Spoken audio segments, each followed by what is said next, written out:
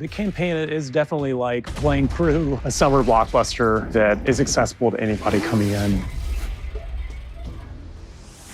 Black Ops 6 follows the events of both Cold War and then the 1980s part of Black Ops 2. The story takes place in 1991. Frank Woods had been on a mission in Panama that had gone south because there was apparently a mole within the CIA that betrayed them. Jason Hudson got killed. Alex Mason was killed by Woods' hand unintentionally. So what we're dealing with is some of the aftermath of those events. Our major returning characters are Frank Woods. He's a man of action, but he's not able to actually get out in the field anymore. We also have Russell Adler. No one quite understands his motivations, so he's difficult to trust. As far as new characters, we have Troy Marshall brings leadership, and then Savati Dumas, she's the master of disguise. And Felix Newman is a tech genius. Their arcs are very like, I don't know who to trust. I don't necessarily trust anybody in this room, but we know that we have like a similar goal.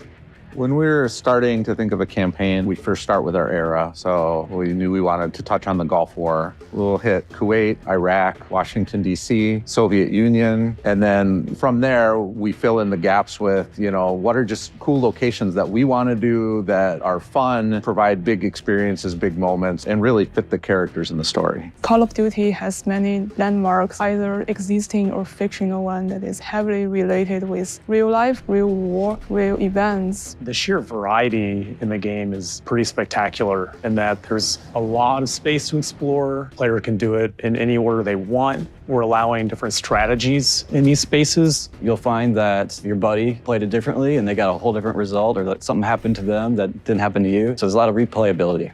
The safe house is a place to go in between missions. It gives the player a chance to explore. It's where you can really see these characters and feel who they are and what they're going through. There is also upgrade stations, so the player can upgrade themselves with improved equipment, improved abilities. The safe house will grow as the player progresses through the game. The set dress will change, the visuals will change, and you'll notice different things that weren't there before. So the player is playing a CIA operative named William Calderon. He goes by Case. Throughout the campaign, you'll be playing as Case, but there are other opportunities and other missions where you will play as other members of the team. And under the radar, you're playing as Sev, and she gets her own uniform and is disguised as a person who's working the base. We're hammering home to the player, this is a different character you're playing as. And so prototyping a mechanic around her having heightened keen eye senses, integrating that into the flow of the mission worked really well. I think my favorite part is in high rollers. You're going to go in there, pretend you are one of the customers, and break into the underground vault and get that cash out.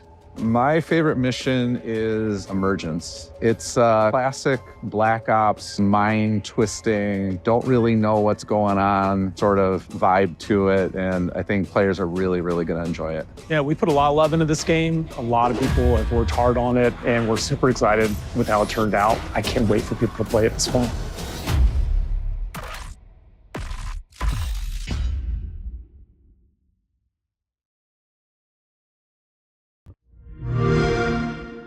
Play it now with Game Pass.